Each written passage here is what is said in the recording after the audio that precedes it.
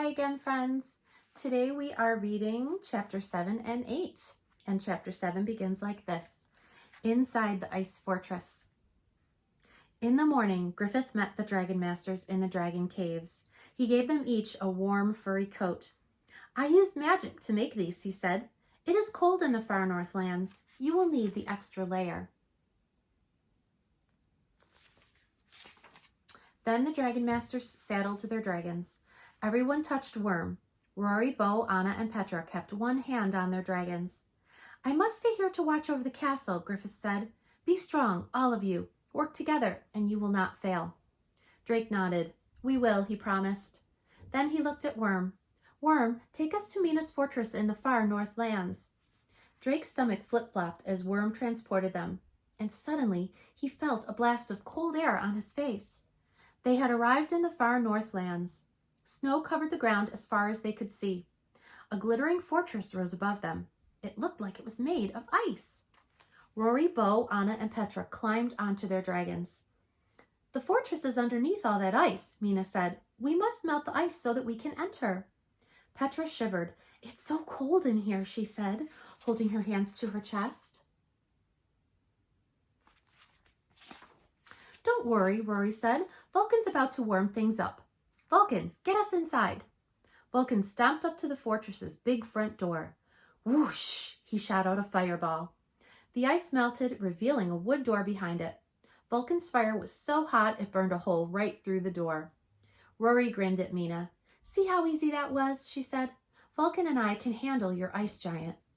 The fire dragon pushed open the door with his head, and everyone followed Rory and Vulcan inside.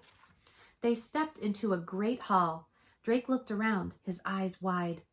There were people in the room, but they were in blocks of ice. He saw a king and a queen on a throne. A wizard was frozen with her arm raised, like she was about to do magic. The Dragon Masters climbed off their dragons and walked around, looking at the frozen people. Where is the ice giant? Bo asked. I do not see him, Mina replied. Great. Let's melt everybody and get out of here, Rory said. Vulcan. No, Mina yelled. You cannot melt these people with fire. It could burn them, just like it burned the door. Rory frowned. I think Capri's sunlight can safely melt the ice, Anna suggested. Mina nodded. Yes, try that. Please start with Hulda, she said, pointing to the wizard. We may need her help to battle Vasti.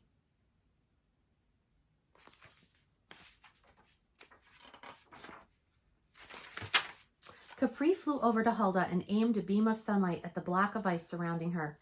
The ice slowly began to melt. Drake looked over at Mina. Her eyes were scanning the fortress. It is too quiet, she said. Vasti must be planning something. Maybe he left, Drake suggested. Roar! A dragon swooped down the big staircase in the center of the hall. His shimmering scales had a light blue sheen, just like ice on a pond, Drake thought. Frost! Mina yelled. Chapter 8 is called Frost's Deep Freeze. Frost ignored Mina. The ice dragon opened his mouth and aimed a blast of freezing, sparkling air at Rory and Vulcan. Vulcan, stop him, Rory yelled. Vulcan charged at Frost, getting ready to hit him with the fireball. But the freezing air hit Vulcan first. It trapped the fire dragon in a block of ice. Frost, what are you doing? Mina yelled at her dragon. Why won't you listen to me? The dragon swung his big head around to face her. Drake noticed a crystal hanging from a chain around the dragon's neck. The crystal gleamed with an eerie blue light. Mina saw it too. She turned to the others. That crystal is filled with Vasti's magic, she said. He's controlling Frost. We must get the crystal off him, Bo said. Shoo, blast that crystal off his neck. Bo's dragon shot a powerful stream of water at Frost. Before it could reach him, the ice dragon hit it with his freezing breath. It turned the water stream into ice. Then the ice shattered like glass. Pieces scattered across the floor. Whoosh! Frost aimed another freezing blast at Shoo, trapping her in a block of ice. Shoo, no! Bo cried. Petra marched forward.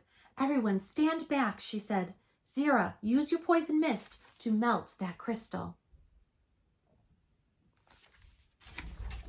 The Hydra aimed all 4 of her heads at Frost. She shot green poison mist from each mouth. It floated toward Frost. Frost hit the mist with a freezing blast. Each poison droplet turned into a green snowflake and fell to the floor. Then the blast hit Zera. She was trapped in a block of ice. "Zera!" Petra yelled. Drake felt nervous. Capri's sunlight powers might work against Frost, but she is busy defrosting the wizard. It's all up to Worm. "Worm, can you get the crystal from Frost?" Drake asked. Worm began to glow green. He closed his eyes. The eerie blue glow in the crystal slowly faded. The ice dragon looked at Mina. "Worm is using his powers to break the connection that Frost has with the giant," Drake said. Mina looked down at her dragonstone. It was faintly glowing green. "Frost, we're connecting!" she cried happily. As she ran toward her dragon, a loud sound rocked the great hall. The floor shook. Thump, thump, thump. The dragon masters all looked in the direction of the sound.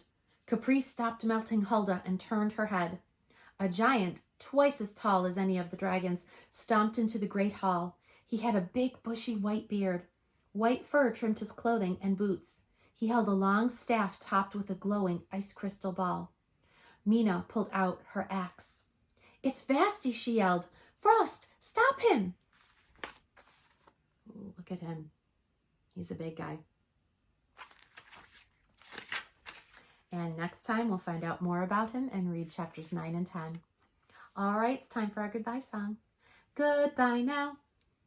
I'll miss you. I'll see you very soon. We'll learn and have a great day, and we'll all be together again. Bye, friends.